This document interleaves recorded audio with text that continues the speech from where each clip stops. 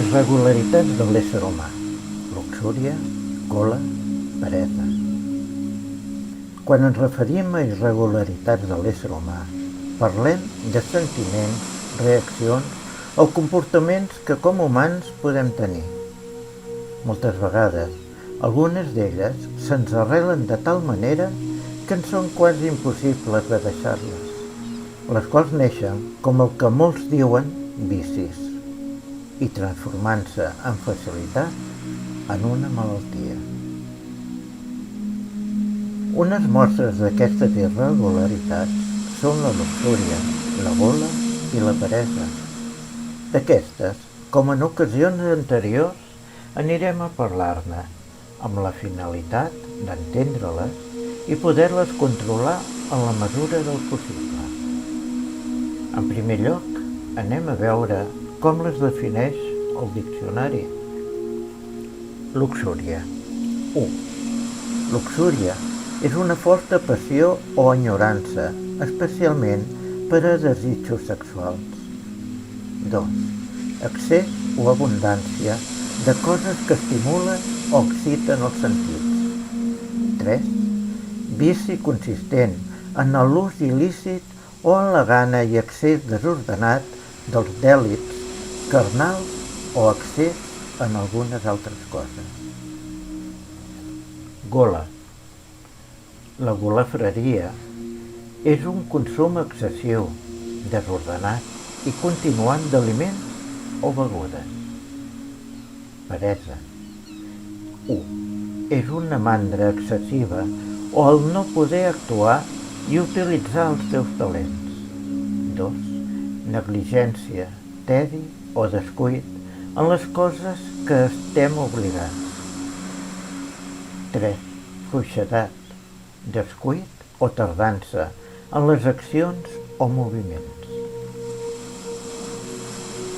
Una vegada definides aquestes irregularitats, segons el diccionari, passarem a parlar d'elles i ho farem ajuntant la gola i la luxúria, que com es pot comprovar, encara que en el cristianisme en parla com a dos pecats diferents, en realitat podem comprovar que són gairebé calcades, o bé també podríem dir que la golafreria forma part de la luxúria.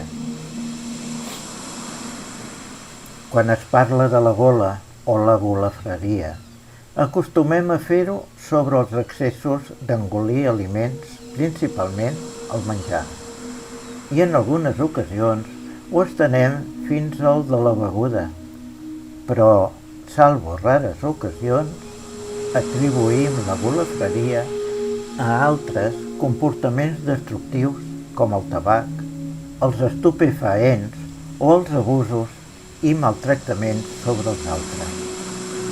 Com a context, la golafreria hem de dir que és un trastorn, on qui la pateix no pot evitar el menjar, beure o executar qualsevol dels altres abusos mencionats, havent-ho de fer de forma amagada, essent per a ell, a la majoria de vegades, una forma d'ofegar altres problemes. La luxúria generalment s'associa amb els excessos desordenats i incontrolables de naturalesa sexual, encara que en realitat s'ha d'atribuir a qualsevol desmesura excessiva, de qualsevol índole i naturalesa.